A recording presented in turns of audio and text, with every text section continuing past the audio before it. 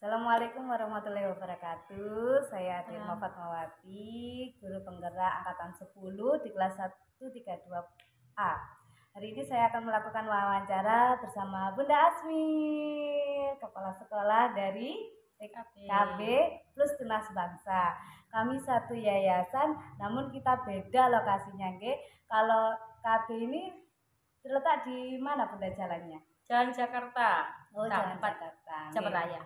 Ya, sekitar setengah kilometer dari TK Plus Tunas Bangsa. Alhamdulillah kami bisa berdiri sendiri karena alhamdulillah juga muridnya juga lumayan sangat banyak sekali. Kalau di TK sekarang 105 anak. Kalau di KB Bunda berapa?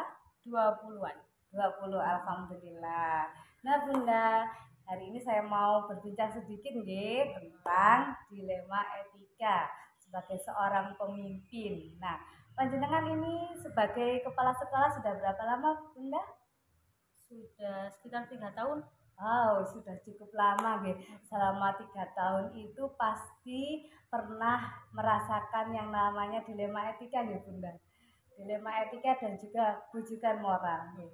Nah, selama ini bagaimana Bunda Asmil dalam mengidentifikasi kasus-kasus yang ini termasuk bujukan moral, ini termasuk dilema etika, pripun Bunda?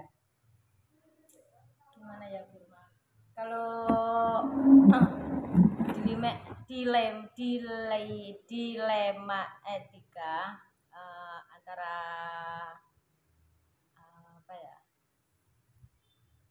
kasus yang bukan kasus sih, kejadian yang sama-sama benar antara saya misalnya sama wali murid.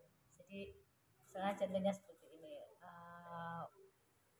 dari murid saya yang memang kita sudah mengidentifikasi, sudah mempelajari, memang anaknya belum layak untuk lulus ke TK. Tapi dalam sisi lain orang tuanya menghendaki karena alasan seperti memang kehendak dari wali muridnya memang diluluskan. Ya seperti itu, kita sudah menjelaskan Ananda ini seperti ini. Ya papa memang belum waktunya untuk lanjut ke TK. Karena nanti di TK kan juga harus belajar juga kan. Ya. Belajar saya bermain. Kalau di KB bermain saya belajar. Tapi wali murid menghendaki untuk lulus ya. Sudah kita terserah dari kehendak dari wali muridnya, ya tidak apa-apa. Seperti itu. Jadi Bunda Asmil ini bingung nggih antara anak ini mau diluluskan atau tidak karena dia belum mampu. Tapi orang tuanya menghendaki, ayo luluskan Bunda seperti itu. Ya, yang penting kita sudah koordinasi, sudah berbincang-bincang sama wali muridnya seperti apa nandanya seperti apa. Tetap untuk berkehendak lanjut ke jenjang berikutnya ke TK, ya sudah nggak apa-apa. Ya, bunda-bunda yang di KP tinggal memberikan restu, doa restu, mendoakan ya sebagai guru kita memang harus mendoakan anak kita untuk mendapatkan yang terbaik. Nah, selanjutnya Bunda, bagaimana Anda menjalankan pengambilan keputusan di sekolah tentang kasus tadi. Untuk kasus di mana ada dua kepentingan yang sama-sama benar atau sama-sama mengandung nilai kebajikan. Untuk kasus tadi kira-kira nilai kebajikannya apa ya Bunda ya? Sebagai kepala sekolah kita meluluskan anak, kalau tidak diluluskan nanti kasihan, seperti itu Bunda. Maksudnya kasihan gimana? Kalau maksudnya gini, kalau anaknya diluluskan, kita kasihannya kepada anaknya dan juga kasihan kepada gurunya. Kalau memang anaknya belum mampu untuk melanjutkan ke jenjang berikutnya, karena memang juga dari umurnya juga belum, memang anaknya memang belum bisa untuk fokus, konsentrasi, tidak bisa dipaksa juga kan. Akhirnya nanti kalau sudah ke TK, kasihan gurunya juga, kasihan sama teman-temannya juga, kasihan sama anaknya juga. Seperti itu. Lalu langkah atau prosedur seperti apa yang biasanya Anda lakukan atau Bu Asmi lakukan untuk mengatasi masalah yang tadi?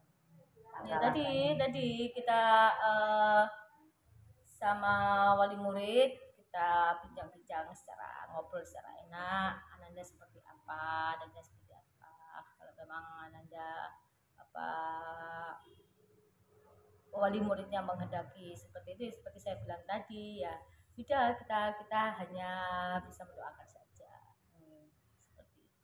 Apakah ada sebuah jadwal tertentu Bunda untuk mengidentifikasi anak ini kemampuannya belum bisa, jadi jangan diluluskan dulu, ataukah setiap hari setiap sekolah kan kita juga ada penilaian Bu Irma, anaknya seperti apa. Tapi memang anaknya kan anak-anak umur KB kan mudi nggih. Kadang mau, kadang enggak. Hari ini mau ya itu. Nah, seperti itu kan juga bukan untuk penilaiannya juga, karena kan mudi, nggak tahu dari sekolah, dari rumahnya jadi dimarahin mamanya apa gimana lah, kan nggak tahu. Jadi nggak mau melakukan apa-apa gitu. Nah, itu beda lagi. Nah, kalau identifikasinya itu setiap harinya seperti apa, anaknya seperti apa, seperti itu. Lalu adakah seseorang atau faktor-faktor apa yang selama ini mempermudah atau membantu jenengan dalam pengambilan keputusan untuk kasus seperti tadi? Ya, siapa ya yang selama ini dibalik Bu Asmi untuk strong? Ya itu teman-teman, bunda-bunda yang lain, kita kan juga punya grup untuk grup teacher ya. Grup teacher KB satu lembaga. Mereka beliau ini yang sangat membantu saya. Di dalam grup tadi juga ada penasihat dari kami, Bunda Hani. Jadi kalau misalnya ada masalah apapun, problem apapun, kita bahas bersama-sama di situ. Seperti itu Bu Irma.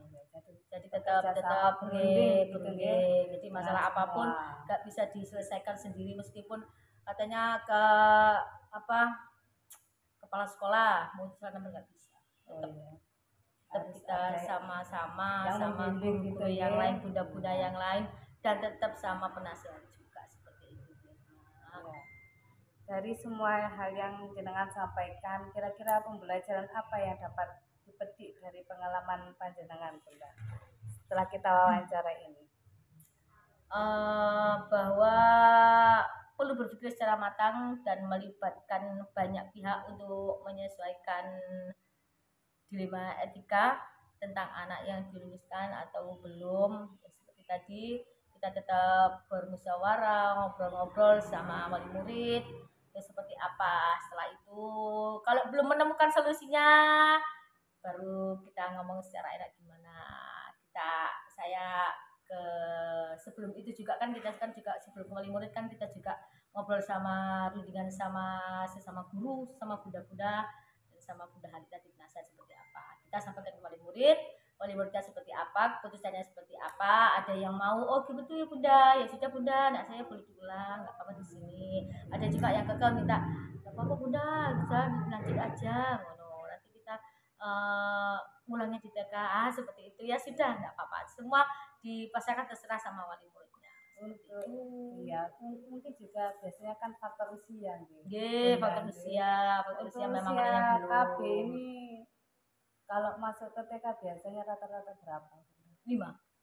Berarti dari sini dari pihak KB itu minimal 5 tahun baru dimasukkan TK. Apakah seperti itu? Ada yang 4 lebih ada. Memang sangat memang sekali. anaknya dilihat anaknya sudah mampu apa belum seperti itu. Oh, jadi kalau anaknya maksudnya dari memang kemampuan tidak hanya dari umur gitu. Kalau walaupun usianya 4 jika anaknya mampu belum kalau 4 ya tetap karena 4 itu juga belum bisa untuk apa ya anaknya mengendalikan. Nanti kalau memang anak mengendalikan dirinya sendiri gitu. belum. Itu dulu ada yang seperti itu sampai pinter. Terakhir waktu mau kayak cari-cari perhatian semua bundanya. Seperti itu. Ya, nggak tahu waktunya masuk nggak mau masuk, waktunya mainan nggak mau mainan. Padahal iya. Seperti itu. Terus sekarang di mana? Mudi juga itu mut-mutan. Nah, iya memang saya ada yang di sini juga yang lebih dari 4 tahun. Memang mamanya menghendaki belum bunda nanti katanya biar matang katanya kalau memang sesuai dengan umurnya enak kok kalau diajak bermain diajak enak. Iya anaknya matang langsung memang seperti itu kita iya sudah Bu Asmi terima kasih atas waktunya Bu sama-sama. Mohon maaf apabila ada kata yang kurang berkenan. Iya saya juga mohon maaf apabila ada salah-salah saya atau dari jawaban-jawaban saya yang tidak sesuai menurut jenengan menurut teman-teman. Mohon dikoreksi. Ya, nanti kalau sama-sama. Ada apa-apanya, Bunda Asmil harusnya tuh seperti ini, tidak apa-apa terbuka. Ya, jadi untuk sama-sama belajar, untuk ya. Terima kasih Bunda Asmil. Sama-sama. Sampai ketemu di lain waktu. Assalamualaikum. Itulah wawancara saya bersama Bunda Kepala Sekolah yang sangat sabar, baik hati, dan kalau membimbing anak itu penuh dengan cinta dan tanggung jawab yang luar biasa. Insya Allah. Sampai ketemu di lain waktu. Assalamualaikum warahmatullahi wabarakatuh. Perkenalkan, nama saya Dirma Fatmawati. Saya calon guru penggerak angkatan 10 kelas 132A. Di sini saya akan mewawancarai kepala sekolah saya dari TK Plus Tunas Bangsa, yaitu bersama Bunda Siti Rohmatul Ulia. Baik Bunda Ulia, Assalamualaikum. Waalaikumsalam. Ya, minta waktunya sebentar nih Bunda Ulia. Nah, di sini saya akan mewawancarai panjenengan mengenai dilema etika. Nah, sebelumnya saya ingin bertanya kepada Bunda Ulia. Sudah berapa lama Bunda Ulia menjadi kepala sekolah? Saya menjadi kepala sekolah sini kurang lebih 5 tahun. Sudah jalan, sudah cukup lama, Dan bagaimana Bunda Ulia selama menjadi kepala sekolah ini? Apa yang dirasakan? Atau kesulitannya atau kebahagiaannya? Bisa diceritakan Bunda Ulia? Awal menjadi kepala sekolah ini, yang pertama memang sedih. Setelah sedih muncullah semangat untuk menjalankan tanggung jawab yang sudah diamanahkan ke saya. Dari semangat ini muncullah kebahagiaan karena meskipun saya baru diangkat sebagai kepala sekolah, namun guru-guru yang sangat mendukung dan tim yang solid, alhamdulillah,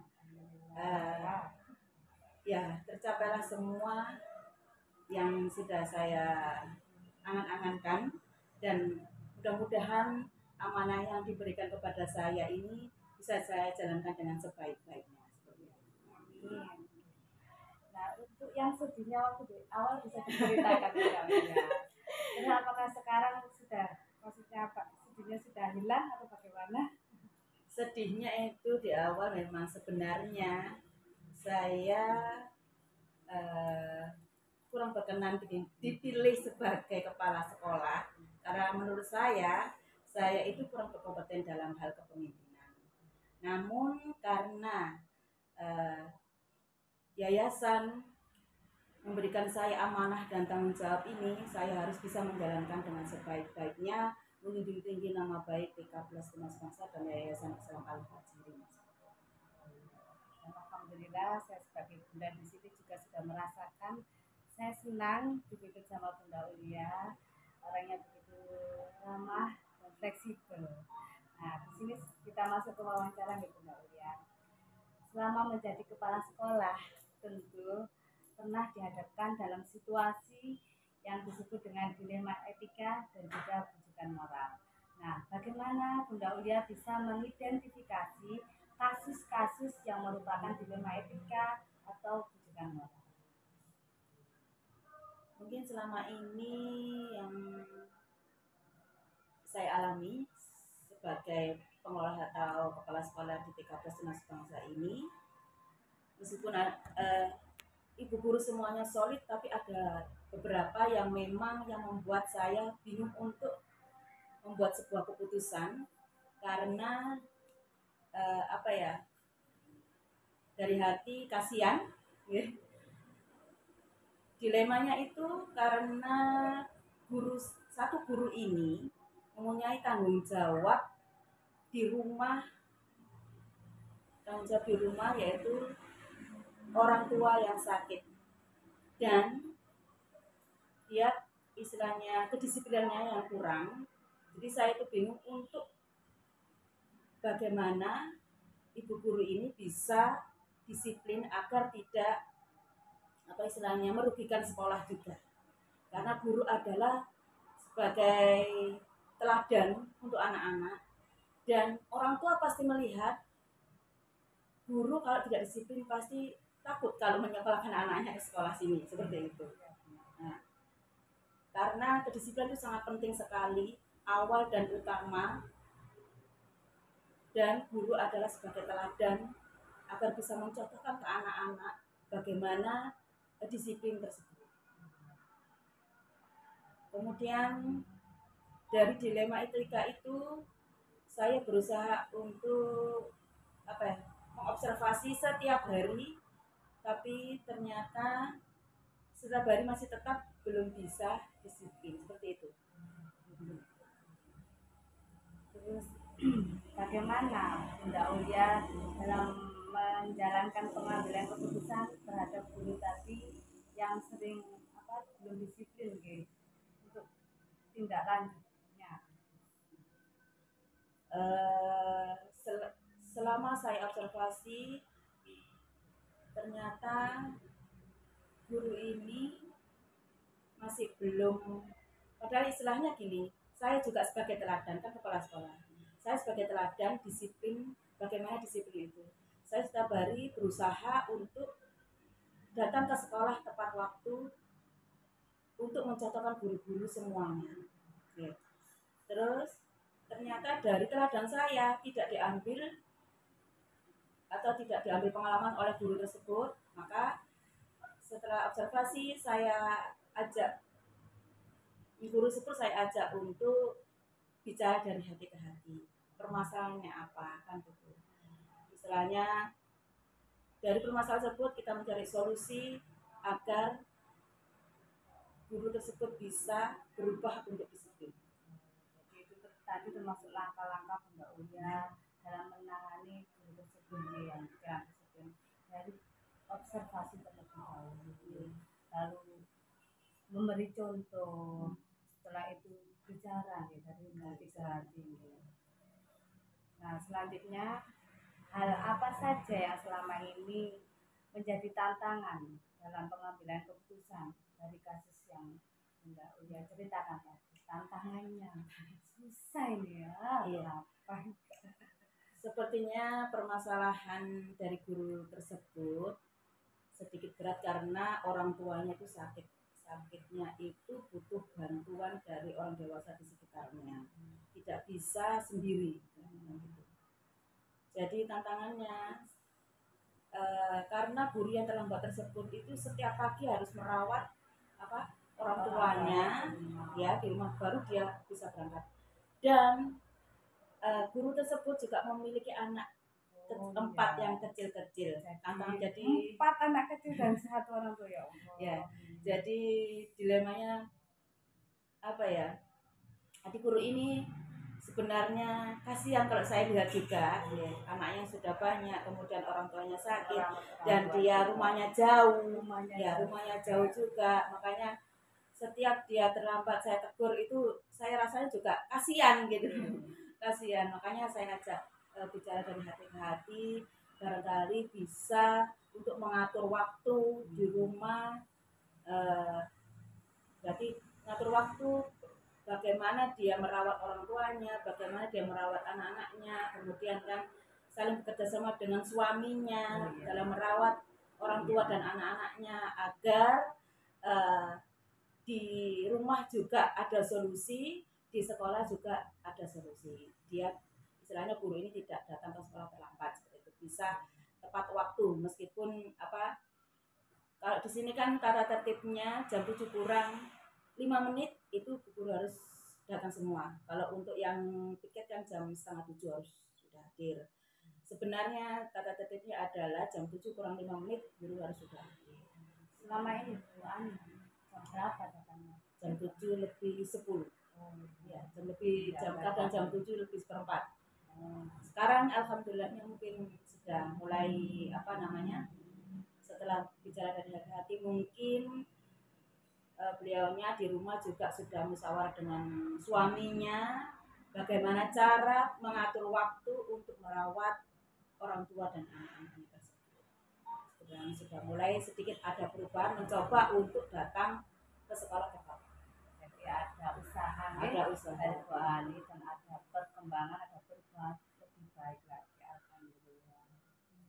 Lalu apakah ada jadwal tersendiri untuk Bu Ulia mengatasi dilema etika yang ada di sekolah, atau ada prosedur yang Bunda Ulia terapkan untuk mengatasi masalah dilema etika yang terjadi di sekolah? Setiap ada permasalahan tersebut, ya seperti yang saya sampaikan tadi dari observasi dan langsung saya tindak lanjuti. Jadi tidak ada prosedur seperti apa ya tadi observasi, terus kemudian saya tindak lanjuti, dan kemudian tindak lanjut itu berupa tadi saya harus bicara ke hati, terus kemudian mencari solusi agar permasalahan itu tidak berlarut-larut, karena akan kalau itu terjadi berlarut-larut akan merugikan keduanya. Sekolah, terutama sekolah ini kan sebenarnya juga untuk dirinya sendiri. Sekolah baik, diri guru tersebut juga akan baik. Seperti itu. Jadi saling memperbaiki, secara langsung lah mencari solusi. Adakah seseorang atau faktor-faktor apa yang selama ini mempermudah Bunda Ulia dalam membantu pengambilan keputusan mengenai kasus dilema etika yang sudah dijelaskan? Mungkin selama ini apapun permasalahannya saya akan sharing dengan salah satu guru, atau kadang kita semua guru saya kumpulkan untuk sharing bagaimana permasalahan tersebut agar bisa terpecahkan dan ada solusi. Jadi tidak saya ambil keputusan sendiri, saya istilahnya setelah musyawarah dengan salah satu guru dan ibu guru di sekolah, saya akan membuat kebijakan. Jadi tidak langsung saya membuat kebijakan memutuskan sebuah permasalahan tersebut. Jadi saya harus sharing dengan guru-guru yang lain bagaimana baiknya, bagaimana permasalahannya agar bisa diatasi segera. Jadi berunding membuat kesepakatan bersama. Ya, nah, dari semua hal yang telah Bunda Ulia sampaikan, pembelajaran apa yang dapat dipetik dari pengalaman selama mengambil keputusan dilema etika? Pengalamannya untuk diri saya sendiri ya mungkin dari semua permasalahan membuat saya lebih tegar, lebih tegas dan lebih bertanggung jawab dalam menjalankan sebuah tugas. Jadi untuk sekolah dari permasalahan tersebut menjadikan semua tim di sekolah ini menjadi tim yang baik, tim yang solid, kompak, agar bisa memperbaiki agar bisa sekolah ini berdampaknya adalah nama baik sekolah gitu misalnya. Dampaknya ya karena apa yang dilihat wali murid itu adalah yang pertama yang jadi sorotan adalah ibu guru. Ya, makanya saya sedikit-sedikit memperbaiki bagaimana kita bersama-sama ibu guru saling memperbaiki diri dalam hal itu tadi sikap dan perilaku dan dalam pembelajaran juga terutama itu juga. Nah yang penting kan karena guru itu adalah sorotan orang tua yang pertama dan utama. Jadi karena apa ya, kalau sinetron itu dalam pemainnya gurunya siapa iya. ya. Ya. Kalau gurunya baik, tentu sekolahnya pun akan terlihat baik. Meskipun fasilitasnya sederhana atau bagaimana, kalau gurunya baik, pasti orang tua akan melihat dan senang dengan guru tersebut. Insya Allah sekolah itu akan terlihat baik di mata masyarakat.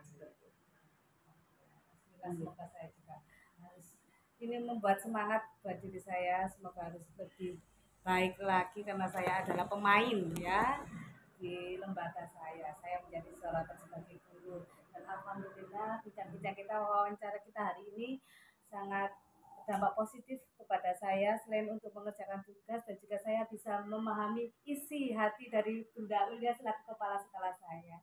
Terima kasih Bunda Ulia atas waktunya. Mohon maaf apabila ada tutur kata saya kurang berkenan. Saya sangat berterima kasih, senang sekali saya dipimpin sama Bunda Ulia. Terima kasih Bunda Ulia.